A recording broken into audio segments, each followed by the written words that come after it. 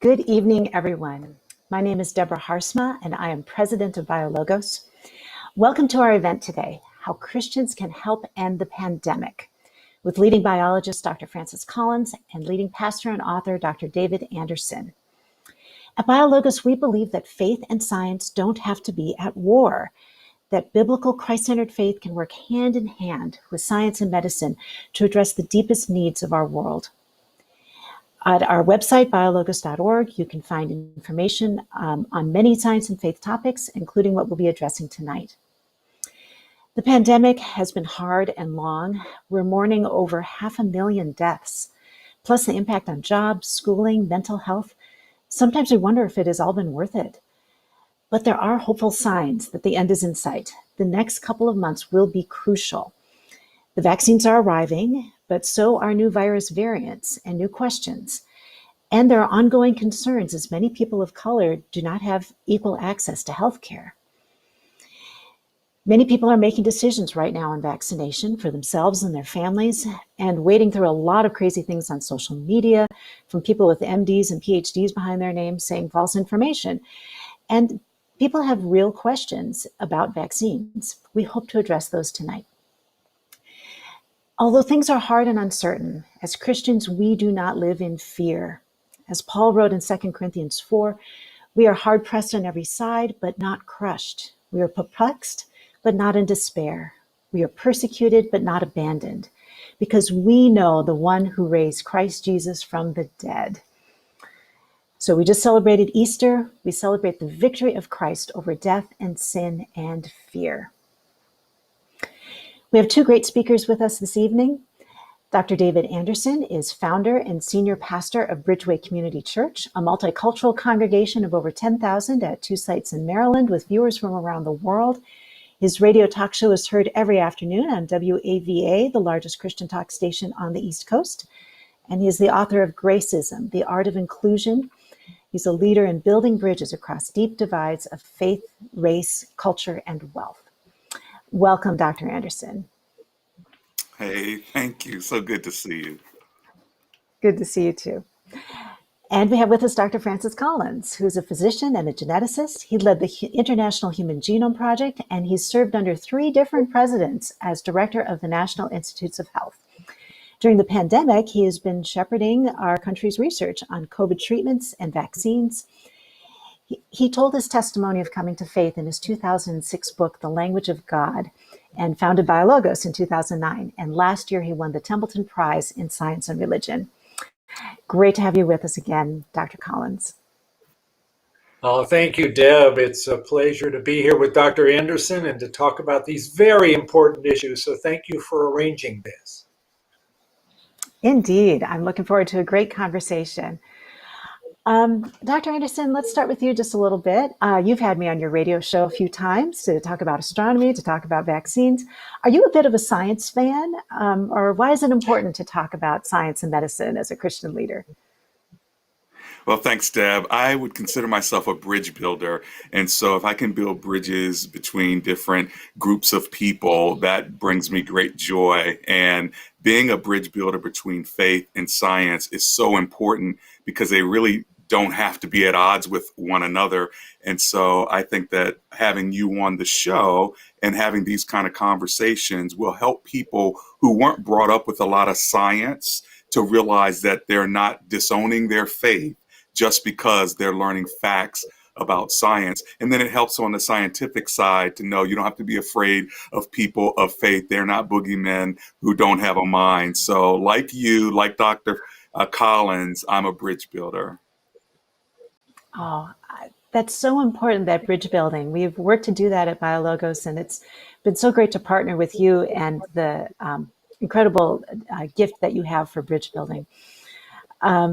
Dr. Collins, talk a little bit about how that bridge looks in your own life. You're a scientist, but for people listening who haven't met you before, can you talk a little about your faith and how your faith intersects with your scientific work?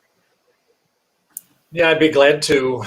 Yes, I am a scientist and a physician. I've had this wonderful privilege of leading efforts like the Genome Project and now the largest supporter of biomedical research in the world, the National Institutes of Health. But I'm a follower of Jesus. people think that that might be somehow a difficult thing to put together and that you might encounter experiences where your head exploded because you couldn't put these worldviews into the same issues. I have not found that to be the case at all. Now, I didn't grow up in a faith tradition. My parents weren't really interested in those things, and I was an atheist by the time I was a graduate student. And then as a medical student encountering experiences of life and death, I realized I had some work to do to figure out, why do people believe?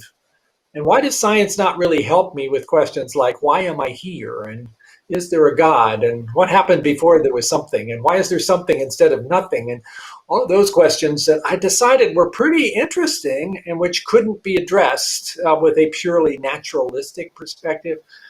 And so, somewhat kicking and screaming over a 2-year effort of trying to understand the nature of belief, and led in many ways by someone who had traveled that path before me, namely C.S. Lewis, I ended up becoming a Christian to my great surprise at age 27. And yet, over the last 44 years, I have yet to encounter a circumstance where what I believe as a very serious Christian who tries to read the Bible every morning, and what I know as a scientist who won't accept your data about nature unless you have really defended it, I've never seen those to be in conflict.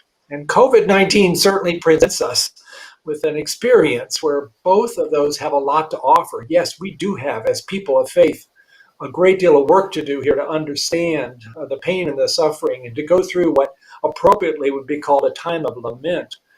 But we also have the opportunity to build upon the strengths that science is able to give us, that God has given us the grace to be able to understand, and to bring those tools forward to try to help those who are suffering and try to heal this disease and heal our land and heal our planet from what has been the worst outbreak of infectious disease in 103 years. Yeah, it's so true. We need both. We need both the scientific information and the Christian faith. The science alone is not enough. I've been a little frustrated how often people just say, trust science, as if that is the last or only word in this matter, when there's so many more factors that we need to think of. And science isn't what gives us hope. It's Jesus Christ who gives us hope. Amen. Amen to that. So we have a ton of questions here on the list, so we probably should get to it. We're going to start with some of the medical and science issues, and then we'll broaden out to these larger questions. But Faith will be with us all of the way here. So, Dr. Collins, I have heard some people saying they don't plan to get vaccinated because God designed the body to heal itself. But with a vaccine, the body is doing something, right? So can you tell us, how do vaccines work, and how did God design our bodies to make use of them? Well, first, let me say I understand that perspective. And one of the things I've learned over the course of the last year is when people are concerned about vaccines and whether that's something that would be good for them and their family and their community, the first thing I need to do is listen and understand what those concerns are about, because they're different from person to person. This argument that, in fact, God has designed the human body in an amazing way is absolutely true. And it's something that I marvel at every day as a physician and a scientist. But I also know that the body is under attack sometimes from outside influences, and this virus is one of those. For people who are able to see the actual video cast, I'm holding up a model of this coronavirus, which got somehow into our species, presumably from a bat, where we maybe should have stayed but didn't. And so it's this spherical object with these spiky proteins on the surface of it. And those spiky proteins are the way in which the virus manages to get inside your cells, because it has sort of a lock and key ability to find a cell in your airway and then get inside and start copying itself. The way the vaccine works is to utilize what we've learned about this virus to generate antibodies just against that spike protein. So the vaccines provide you with the opportunity to become immune to those spike proteins without having to be exposed to the whole virus. This is really important. None of the vaccines include the intact virus, because that might be a risk of actually giving you the disease. None of them do that. They only allow your immune system to see that spike protein and to be primed to be ready, if it ever comes along later in the form of that virus, to be able to go after it. So the Pfizer vaccine or the Moderna vaccine or the J&J vaccine, they all use that same principle. And it's an elegant way to take the incredible intricacy of our immune system, which if you study it, you can't help but be in awe of what God has made possible here, and prime it to be ready to face off against something terrible, just like we have been doing down through the centuries with smallpox, with polio. People who are listening to this around as I was in the 1950s when polio was paralyzing lots of kids, they were praying every day for a vaccine to come forward, and finally it did. And look, now there's a few cases of polio still in the world, and we need to wipe them out. But that has just not been a concern of parents in the United States recently. It's that same approach. And for me as a believer, who's also a scientist, this seems like a gift from God. This is God's grace that has given us the ability to understand how this works and to be able to design an approach. And it feels like God is giving us a chance to be his healers. That God has provided that as an opportunity. And when you consider how much time Jesus spent and what we know about the short time of his life that's written about in the New Testament, and a lot of that time was healing. And I think we were supposed to notice that.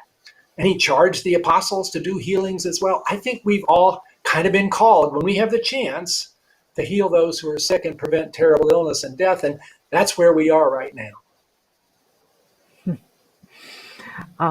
A Jesus healing ministry. We can all be part of continuing that. That's wonderful. Dr. Anderson, what would you like to hear Dr. Collins address on COVID and vaccines? You're hearing a lot of things in your community. Where should we go next? Well, people have questions that are very practical on a ground level. And the science is amazing, but then you also have the everyday person who's like, okay, you tell me it's fine, but even if I believe it's fine, what does it mean if I'm pregnant or if I'm breastfeeding? Like we did vaccinations at my church on Wednesday, and the husband came and got vaccinated. I'd say, how's your wife doing? His response was, well, she's breastfeeding, and she just wasn't sure if she should get the vaccine or not. So at that point, it was more like a practical, should I or shouldn't I? So let me ask you, Dr. Collins, if a woman's pregnant, if a woman's breastfeeding, should I tell her to come next Wednesday when we're doing vaccinations as her pastor? Or should I say, hang on, wait, we're not quite sure? All the evidence is that these vaccines are totally safe for women who are pregnant or breastfeeding. The American College of Obstetrics and Gynecology, which is the official organization of the most sophisticated doctors who take care of pregnant women, is making it very clear they think women who are pregnant should take advantage of the vaccine. We've now had tens of thousands of pregnant women who have been immunized already. Some of them now have already delivered babies, and there has been no signal of any sort that there's an issue here. And likewise, we do not think breastfeeding is a risk at all. It may be that if the woman has been immunized and now has antibodies to protect themselves against COVID-19, that some of those will pass to the baby breastfeeding, and so the baby will also be protected. And that's a positive thing. There's a website I'd like to tell people about, which has recently been put up. The best website, frankly, to go to is the CDC, but it's a complicated place, and people who are a little skeptical about the government maybe don't think that's the place that they want to look. Go and look at a website called getvaccinesanswers.org. That's getvaccinesanswers, all one word with no spaces, .org. And you'll see some videos and some straightforward, simple answers to the questions that a lot of people ask. And I totally respect what the people in your church are doing. And Dr. Anderson, let me say, I think it's fantastic that your church has stepped up here to not only talk about the value of vaccines, but actually make it possible for people to come there and have the opportunity to get immunized in case it was difficult for them to find the right place. Because it's been a little hard for people to figure out, how do I get lined up for this? And for you to do that, and for a lot of other churches I'm hearing about to step up to this, I just think that is a wonderful way for the church to get engaged in trying to get us through this and to do that healing effort, which I think we're all called to do. Good for you. Yeah, thank you so much. It was really cool to see this pop up in our parking lot. People drive through, they get the shot in the arm while they're in the car. They wait for 15 minutes, and then our prayer team goes up to them and says, "How was it? And is there any way I can pray for you?" 90% of the people were like, "Thank you so much. No one's even ever asked me that." So they drive away, hopefully physically touched as well as spiritually touched. That's It's just wonderful. wonderful. Yeah. Pastor, let me ask you, because I do get this question, and I'm probably not in as good a position as you are.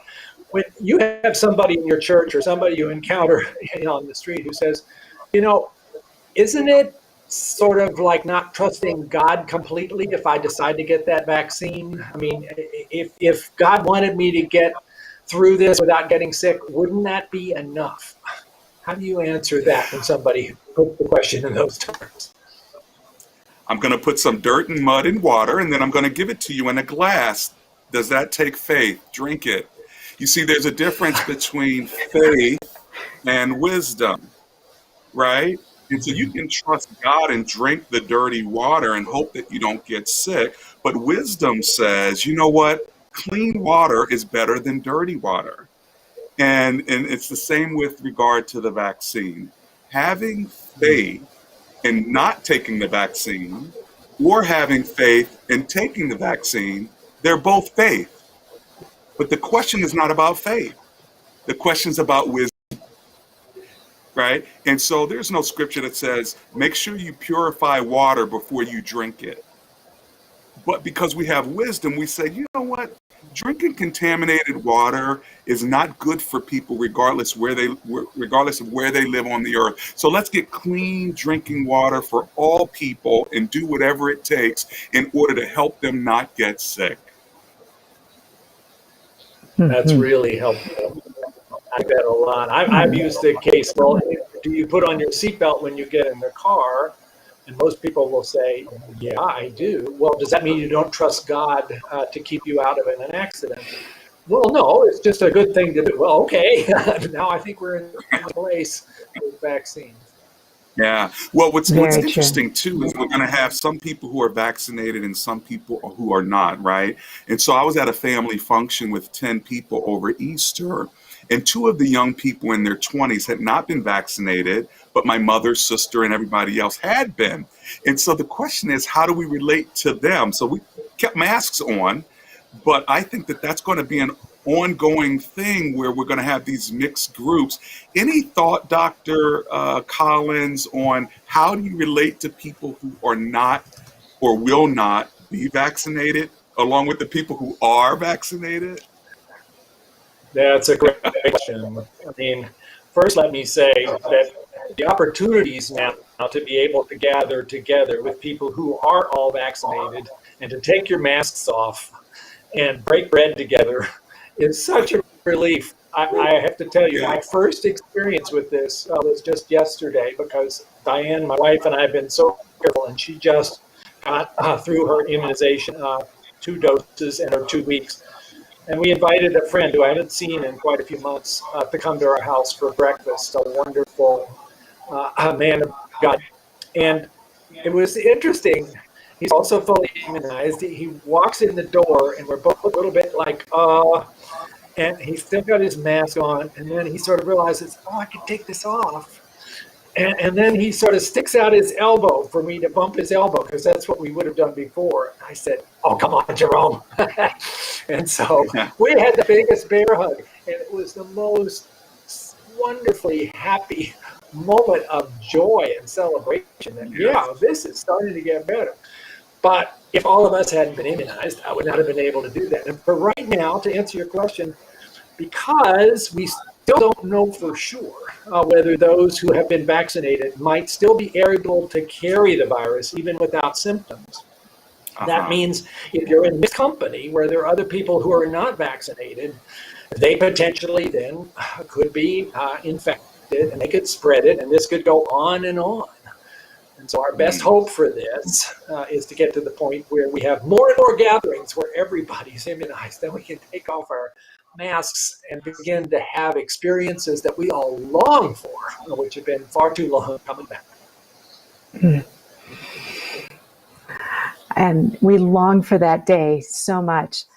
That day is closer than it would have been without the incredible work you've done, Dr. Collins, on developing the vaccine so quickly.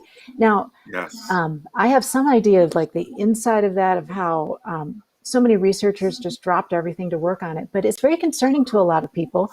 I heard somebody say, well, anytime somebody gives me something fast and free, I worry a little bit, you know. So tell us how we can have confidence in these vaccines despite the rapid development. Yeah, that's a great question. And I do think a lot of people wonder about this, especially because of the name that was given to this project about a year ago, calling it Operation Warp Speed. I mean, it was supposed to convey that this is an emergent situation, and we should not waste a single day in getting these vaccines tested and, if possible, approved. But it did kind of convey the idea that maybe we're going to be cutting corners. Let me tell you, as the director of the National Institutes of Health, I was absolutely and still am deeply engaged in this hour by hour. And there were no corners cut at all in terms of the safety and the efficacy of these vaccines. What we were able to do was to cut out a lot of the bureaucracy, a lot of the downtimes in between the various phases of developing and testing a vaccine, which normally causes it to stretch out over 4 or 5 years. And because we didn't have that time, we were not happy with doing Operation Slow Boat. We really wanted to move this at the maximum it ever has been, and succeeded in doing so. But if people are worried about whether we ended up with vaccines that really should be considered safe, the data is all out there. And that's another thing we did. We made this the most transparent evaluation of these vaccines that's ever happened. All of the data from trials of at least 30,000 people were assessed in open public meetings with all the information there for everybody to look at and debate. And only after that did the FDA make a decision about whether these were safe and effective. And those began to be distributed then in December. So I can't tell you enough just how amazing this was, that this got done in 11 months. And I cannot say enough about the scientists who really dropped everything, worked 24/7 to make this happen, not worrying about who was going to get the credit or whether anybody's going to make any money. Let's just try to figure out how we're going to save lives. And it turned out better than most of us dared to hope. I guess back about August or September, somebody would ask me, well, what would be a good enough vaccine for you to feel like, okay, this is going to be a good step forward? And I would say, you know, if we got 60% effective, that would still be about as good as a flu vaccine. And I would take that. And we got 95%. When the data was all there, I got to tell you, that was an emotional moment. I lost quite a few tears when this emerged. This is such an answer to prayer, that we not only have something that's going to help, it's really good and it's really safe. And I hope people have heard that. There's so much noise out there, especially in social media, and much of it from people who have an agenda of another sort. But look at the evidence and you will see this is an incredible gift. But you got to unwrap the gift if it's going to help you and your family and your community. And the way you unwrap the gift is you roll up your sleeve. And we still have a ways to go. We're not done. Dr. Collins, let me restate just to make sure people heard what you said. And that is this. You're saying that with this vaccine, there were no corners cut when it comes to the scientific development of it. The only thing that was cut was bureaucracy. That's what helped us to get it so quickly. Would you also say that there was work being done on this for many years prior to this time? Yeah, thank you for that, because I do think that's really important. Particularly this new vaccine that's based on something called mRNA. People think maybe that was just invented in January of 2020 because, oh my gosh, here comes a new pandemic to do something. The technology for that has been under development for 25 years, bit by painful bit, figuring out how to make this work, eventually showing it worked in animals, building then a vaccine against a different virus, the MERS virus, which caused some pretty terrible sickness in the Middle East, which fortunately didn't come to the US. And then here comes the COVID-19 virus, which is part of that same family. And it's like, we know what to do, but it's because of 25 years of work we know what to do. And that vaccine was Mm. defined, was developed, was designed in the space of about 48 hours because of all that fundamental information, which was a Okay. great place to be. That's really important. People think that maybe science just sort of happens all of a sudden. Almost nothing I've ever been involved in happened all of a sudden. It's built over years and years, standing on the shoulders of previous scientists who have made discoveries and then get to the next level. Mm. So, Dr. Anderson, you pointed out ahead of time a couple of other concerns and questions you're hearing.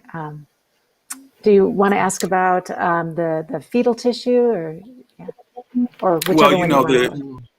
there's a couple of big ones. One is around the cell lines and fetal tissue with regard to abortion, anti-abortion folks, pro-life folks.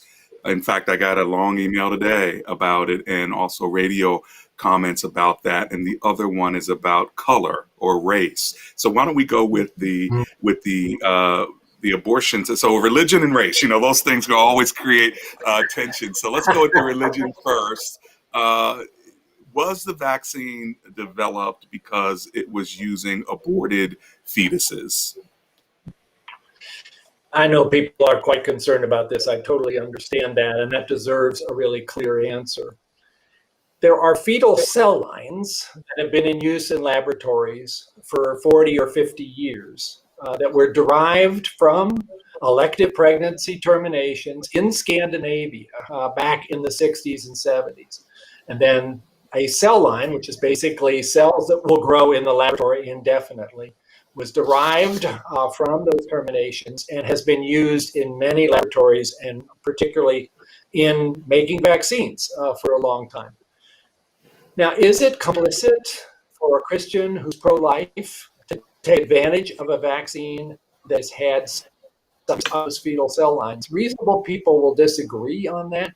Let me be clear. There are no abortions involved in these vaccines. There are no fetal tissues involved in these vaccines. The sole connection is to these immortal cell lines that are growing in laboratories for the last 40 or 50 years from something that happened back then.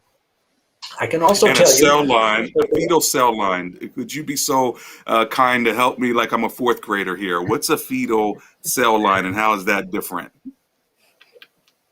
so in both of these instances, they were able to take cells, in one instance from the kidney, I can't remember what the other one was, of the aborted fetus, and put it into a Petri dish and gave it various kinds of nutrients to see whether those cells would still grow outside of the body. And they did, and they continue to. So it is an ongoing cell line derived from that single aborted fetus 40 or 50 years ago that is very useful because it's kind of a little biochemistry factory if you want to try to figure out something about human cells, because it is a human cell. Now, the messenger RNA vaccines, that would be Pfizer and Moderna, do not utilize those cell lines for their manufacture. The Johnson & Johnson vaccine has to be grown in such a cell line in order for it to be properly produced. And so it is grown in one of those lines, the one from about 1974. I notice that the Catholic Church has thought a lot about this, and that's obviously a very strongly pro-life perspective. And the Vatican has indicated that they believe it is entirely ethical for Catholics to take advantage of these vaccines, although they think it would be better if you took advantage of one that wasn't grown in a fetal cell line. If that all you have available to you is one that is totally acceptable. So again, I think the main concern I have is that this has been blurred out to the point where people think they're using actively recently obtained abortion material for these vaccines. Absolutely not. It's this long-term connection, and it only applies to the Johnson & Johnson vaccine as far as the manufacturer. So decades ago, we had aborted fetuses that already done. There are no new abortions or recent abortions that we're using for this. It's already happened way before us decades ago. And so now some of these cell lines that have been taken from from those fetuses are sitting there and being used for science. So then my ethical concern is it okay for me to use something from someone decades ago? So in Scandinavia, that really is what my choice is, that I need to be thinking through, as opposed to thinking, wow, someone just aborted their baby 5 years ago, and now that's why we're able to get this vaccine so quickly. Right. No, you've stated it very well. And again, of the 3 vaccines that are approved in the US, 2 of them do not involve growth in these fetal cell lines, Pfizer and Moderna. Only the Johnson & Johnson one does. Got it. Thank you for being so clear on that. And Deb Harsma, would it be okay for me to jump right over to the race? Yeah. Let's be sure and talk about that. Well, Yeah. religion and race, right? So then, that there are many people in the African American community who are having a hard time saying yes to vaccinations because of distrust of, quote unquote, the system. And it's not just this phantom system. There was reality back in the 30s with regard to the Tuskegee experiments and others. And so people still remember that. My mom was born in 1933 and she's still alive. And so people remember these things, and it's a part of our history and heritage. As an African American who's a pastor, I want to be able to be confident to let Black and brown people know that this is good for you. This doesn't have some kind of conspiratorial agenda behind it from the white man trying to kill Black folk. My relationship with you and Deb is important here to talk about this. And I know you have friends and loved ones and people in your life who are people of color.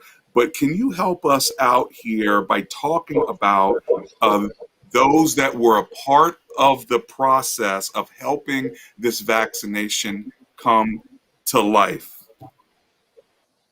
Yes. Pastor, thank you for raising the issue and stating it so clearly. Yes, what happened with Tuskegee was a terrible blight on the ethics of medical research. We should remember it because it was such an egregious disregard for the rights of individuals, in this case, Black men, who were prevented from receiving a treatment for a treatable disease so that they could be observed for years. That never should have happened. President Clinton apologized for that very publicly back in the late 1990s, but the memory remains, and it should remain. And I can understand why African Americans who have heard of that might wonder, when here comes something else that's coming out of medical research, how do we know this is good for us too? And I worried about that a lot as we began to set up the trials for these vaccines. And to be honest, I think the companies that were running those trials were anxious to enroll as many people as fast as they could, and weren't working as hard as they maybe needed to reach out to those who might have been a little less likely to sign up. I can't tell you how many morning, very intense conversations I led over the course of the summer and the fall with those companies, basically saying, if you don't enroll a diverse group as part of your trial basically will have failed. People have to look at the results of that trial and see themselves. Yeah. And initially there was a lot of resistance to that, but people got it after a while. Look at the Moderna trial. They started off with a smattering of Black and brown people. By the time they enrolled all 30,000 and really got with this as a priority, 37% of the people in that trial were people of color. And that means when you look at the data, you can see yourself, whatever your race or ethnicity, and you can see that it didn't just work for the whole group, it worked for your group too. That should be very reassuring. Again, very transparent. The data is all out there. So I get it why this is an issue. And I get it for another reason, Dr. Anderson, and that is people can look right now at our healthcare system in the United States, and they can see that it is full of racial inequities. And again, why should they then say vaccines are being handled fairly when the rest of healthcare doesn't seem to be? We have a lot of work to do there as well. And 2020 is going to be remembered for COVID-19. It's also going to be remembered for George Floyd. And it's going to be this moment where we all had to wake up to the fact, if we didn't already know it, that racism is alive and well, and the structures of our society are still there supporting it, including our healthcare system. And we need to do something much more vigorous about that and not assume that we're post-racial. All of that kind of comes together here in the context of COVID-19, which has hit Black and brown communities much harder than white communities, to the point of 2 or 3-fold increases in numbers of hospitalizations and deaths per capita. And that is shining a bright and very distressing light on health disparities that we have to address. So I'm pretty passionate about this. If there's any place that we should be pulling out all the stops to make vaccines available and to answer questions, it's to people of color who have had the hardest go of it with this and have the most to gain by getting immunized and getting past this. Mm-hmm. Oh, amen to all that. I'm so glad to hear those numbers about the Moderna trial, about the number of people of color involved in it. It is so good to know that it was all of us who were in that trial. And people of color were involved in the research to develop the vaccine. I think we have a picture we can show of that. This is Dr. Kizimika Corbett at NIH. And Francis, can you tell us a little bit about her? I would love to. She is such an inspiring role model and such a great scientist. So that picture is taken in the laboratory of the Vaccine Research Center. The guy on the left with the mask on is President Biden. The person in the middle, yeah, that's me with my mask on. And on the right is Kizimika Corbett, who is a PhD, grew up in North Carolina, and has been right on the forefront of the development of these vaccines, especially the Moderna vaccine. She and her colleague Barney Graham are now being mentioned as people who might receive some major prizes for their work. And it's wonderful to see that in this instance, the science being led by an African-American woman as just one more bit of evidence that we're all in this together. And this disease doesn't really pay much attention to the color of our skin, and the degree to which we can all work on knocking that virus back into the shadows, the better that will be. That's wonderful. So let's see. We have a little time left here. I'm curious if I could ask yeah. Dr. Anderson, just in terms of how things are going in your church now. You're obviously putting a lot of your own effort into making it possible for people to receive immunizations. Yet when I look at the polls, I see the two groups that are most resistant now are white evangelical Christians and Republican men. And the latter group certainly troubles me because it makes it sound as if politics has become a good reason to make a decision about health. And that doesn't make a lot of sense from my perspective. And yet white evangelicals, I think, again, are caught up in this perhaps suspicion of science because we've had a complicated history here in terms of whether science and faith could get along. Certainly Deb Harsma, as the president of BioLogos, it's a major thing that BioLogos is wrestling with, and I think we're making some real progress there. But there are still uncertainties about whether people of faith can accept science for what it says it's doing, or whether there's some atheistic agenda there, which is sometimes assumed to be the case. Maybe sometimes there is the case, but if science is about truth, that shouldn't be colored over by anything else. But how about in your church? How is it going in terms of, do you have a lot of resistance? Are people coming around? What's it like in the real world there? Well, thanks. Because we have over 52 different nations that worship together, you're going to get different groups who have different thought processes.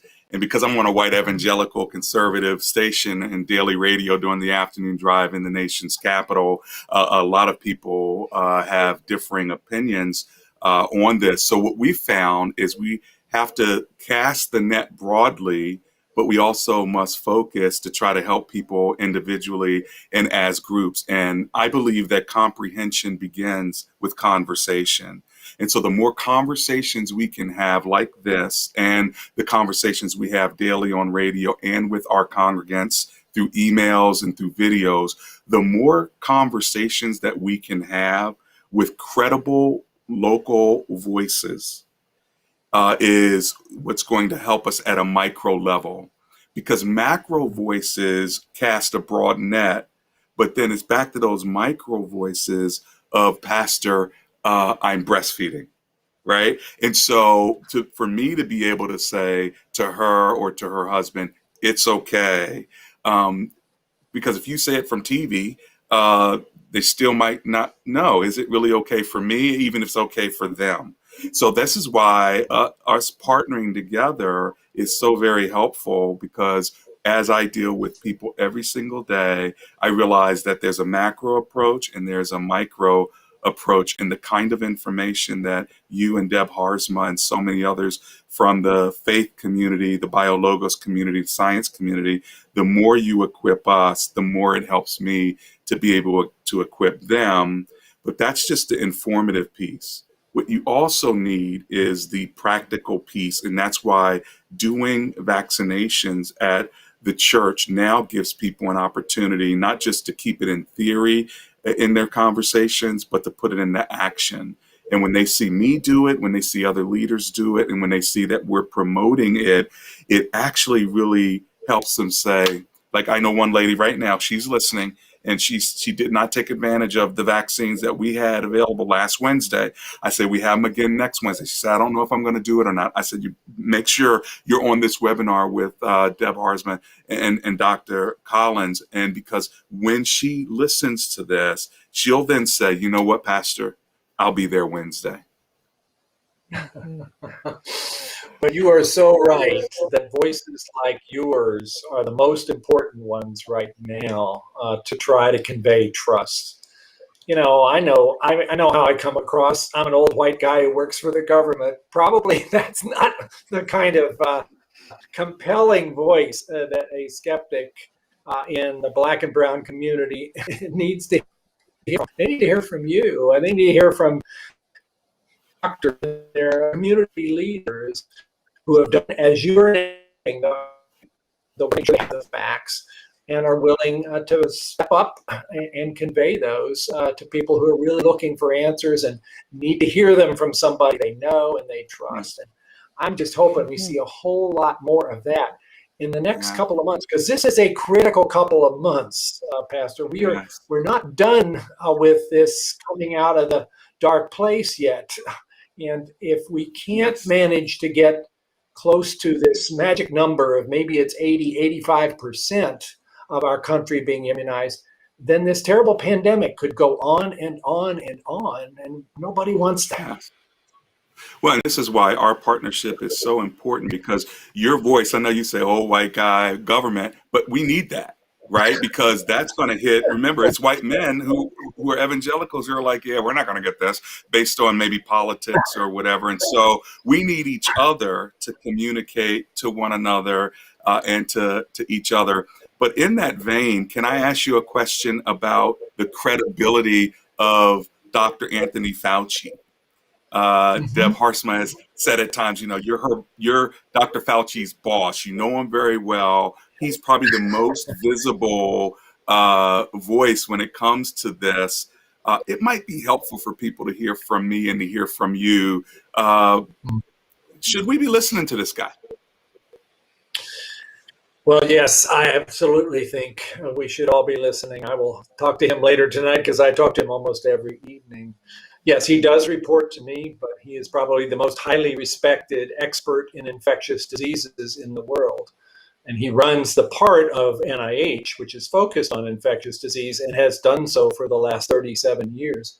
So in terms of depth of knowledge and expertise, there's nobody I would trust more than him to provide straight answers to questions. He has been incredibly visible. And when you're that visible, there are going to be times where people don't like what you say. And there are going to be times where science tells you something that you didn't know before. And so you have to change your recommendation on the basis of new knowledge. And that shouldn't be a reason for people to say, oh, you're flip-flopping. No, you're actually providing up-to-date information because we've learned more about this virus. We didn't know a thing about this virus in January of 2020. We've been learning things at a prodigious rate. That means that some of the recommendations that were made in the first couple of months would no longer be correct. That's the way it ought to be. You wouldn't want to be stuck into something based upon imperfect information if you could do better. But he has been criticized, I think, by those who want to find something to complain about. He's not a political person. I know this really. He avoids at all costs getting pulled into arguments that are political instead of scientific. But there's certainly people who want to pull him into those arguments. So I would say, yes, you can trust Dr. Fauci. Whatever he's telling you, it is on the basis of the best information he's got at that time. It is not a self-serving moment. It's a public servant moment. Yeah, Thank you. That's good to hear. it's good to know. Now, you were starting to talk, Francis, about the magic number we have to get to. We titled this session, How Christians Can Help End the Pandemic. So to get there, we need this community immunity thing. Can you tell us a little more about that? And especially for people who are saying, oh, well, I'm basically a healthy person. I don't need the vaccine. That's just for the people who have conditions and so forth. So help us understand that. That's a really great question. We've known from other pandemics that the way in which something ultimately burns out is that 80 to 85% of the population end up immune. There are two ways to get there. One is they get the virus and recover from it, or else they don't. And the other is the vaccine. The vaccine is a better way. We've already lost 560,000 lives in the United States, and we don't want to lose any more. But in order to get to that magic moment where the virus has lost an awful lot of people that can infect, and so it basically loses the chance to continue transmission, we need to get up to that 80 to 85% coverage. We're on a path to get there, but only if people who are invited to receive the vaccine, most of them decide to say yes. Now think about this. This tells you that your decision about whether or not to be vaccinated is not just about yourself. It's also about whether you're going to be part of the overall solution for your community. In that regard, this is, as I've been saying in other places, this is a love your neighbor moment. Even if you think you are yourself not likely to be bothered by the virus if you happen to catch it, well, if you do, you're going to spread it to the next person. And if we haven't reached the moment where we have that 80 to 85% coverage, this is going to go on. And your actions could result in the death of another person. So I don't mean to overstate this too much. It's really the case. We do have a corporate communal responsibility to look out after each other. And part of that is to roll up your sleeve. Even if you don't think you need it, do it for your neighbor. Do it for your people down the street. Do it for people who are immune suppressed, who aren't going to be able to respond to the vaccine and who are there much more vulnerable, and counting on the rest of us to get to this herd immunity so that they can be spared. That falls on all of our shoulders. Mm-hmm.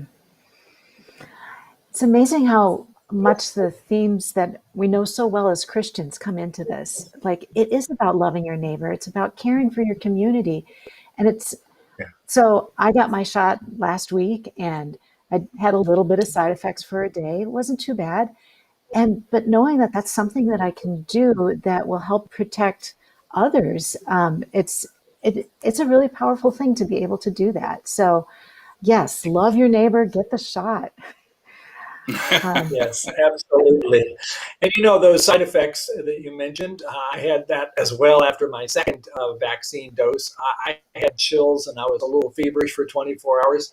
But I kind of liked the fact that said my immune system is really working. It's really noticed that it was asked to make some antibodies against that spike protein, and it's hard at work right now. And maybe that's not a side effect. Maybe that's just an effect, which says this vaccine is doing what it's supposed to. So yeah, people who have had some of those experiences for maybe a day after the first or the second dose, celebrate. That's your body is actually designed by God Almighty to be ready to take on a challenge, and you just got a challenge and you responded. You mentioned side effects. Somebody wrote in and asked, is there anything else they can do besides take the vaccine? Like, does vitamin D or exercise or diet, does that have an effect on COVID-19 at all, or not really? I wish there were some things like that that could help, and some work has been done to try to identify them. And so far, it comes up empty. We really don't see anything that's simple like that that is going to change things very much.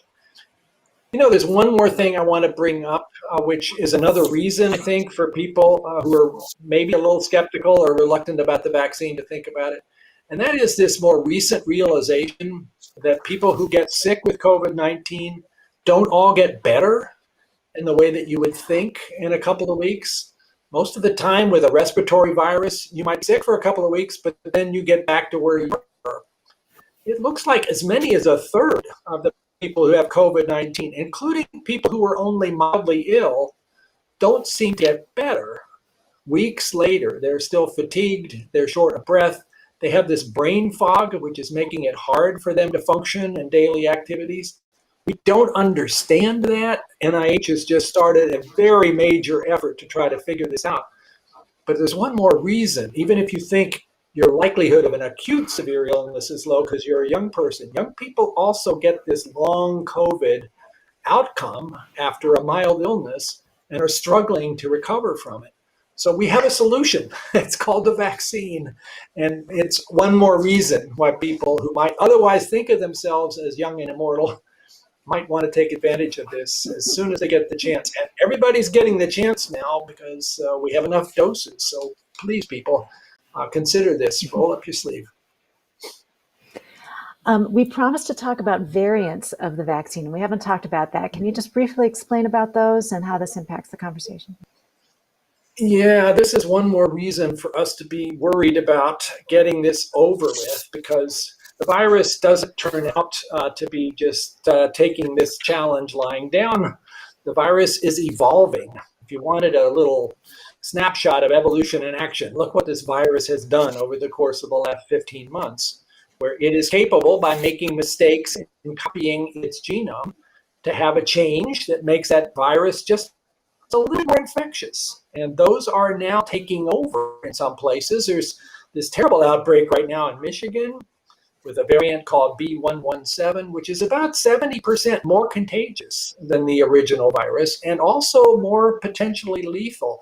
That's why I'm really worried about Michigan right now, because that's where the outbreak is the worst. Right now, the vaccines work against that variant and another one from South Africa, another one from Brazil. But we don't want to give this virus too many more opportunities to develop even more variants that ultimately might not respond to the vaccine. The only way you get more variants is for the virus to have people to copy itself in. So if we can cut back the infections, we can send those variants away, and we really need to do that. Oh, so true. So many reasons for us to stay strong, to keep following the rules about masks and distancing, to get vaccinated. It protects ourselves, it protects our neighbors, it protects from new variants arising, it helps our community. And it's not that it's risk-free. Everything in medicine, there's some risk to it, but the risks of not vaccinating are so high. So much. Well, with just a couple minutes left, I wanted to end by asking you, each of you, where are you finding hope as we look ahead? Let's start with you, Dr. Collins, and we'll go to Dr. Anderson. But it has been a tough 15 months, and I must say there are times where I felt quite distraught, and especially seeing the terrible toll this virus has taken of so many lives. I spent a lot of time in scriptures trying to seek out words of comfort, and I find myself in the Psalms a lot as a result of that. And if you think that somehow our era is the only one that's ever gone through suffering, well, you don't have to read very many pages of the Bible to see that that's not the case. But there's so many words of comfort there, whether it's Psalm 46, my favorite right now, God is our refuge and strength and ever-present help in trouble. Or if I'm feeling fearful because things aren't going right, I go to 2 Timothy chapter 1, verse 7. We're not given a spirit of fear, but of power and love and self-control. We have all these promises from God, and that's where my hope comes from. And we are making progress. We are going to get through this. But if there was ever a time for all of us to decide to lock our arms together and do this together, this is it. If we want to see this, basically go into the rearview mirror and leave us alone. We can get there. And Dr. Amen. Anderson, where are you finding hope? Well, I think Christians can help in the pandemic because we're the ones that have Jesus in our boat. Remember how Jesus was going through the storm with the disciples and the storm was raging? Well, Mark tells us in his gospel that he's the only one out of the three, Matthew, Mark, and Luke. He says in this verse 36 at the very end, he says, and there were other boats. So that means that the storm was raging, but they had Jesus in their boat. And so they went and called on Jesus. If Christians would pray and call on Jesus to bring an end to the pandemic, the other boats may not even know why the storm calmed, but we'll know that he stepped up to the boat and he said to the wind and the waves, be still. And guess what? They obeyed him. And so what happens is we can be like the disciples and be in line with the crisis and drama and Jesus, don't you even care? Oh my gosh, it's a storm. We can come in line with that, or we can be like the winds and the waves and come in line with Jesus's peace. And while he is in our boat, he's not in everybody else's boat. Everybody else is, but here's the good news. They're all on the same sea.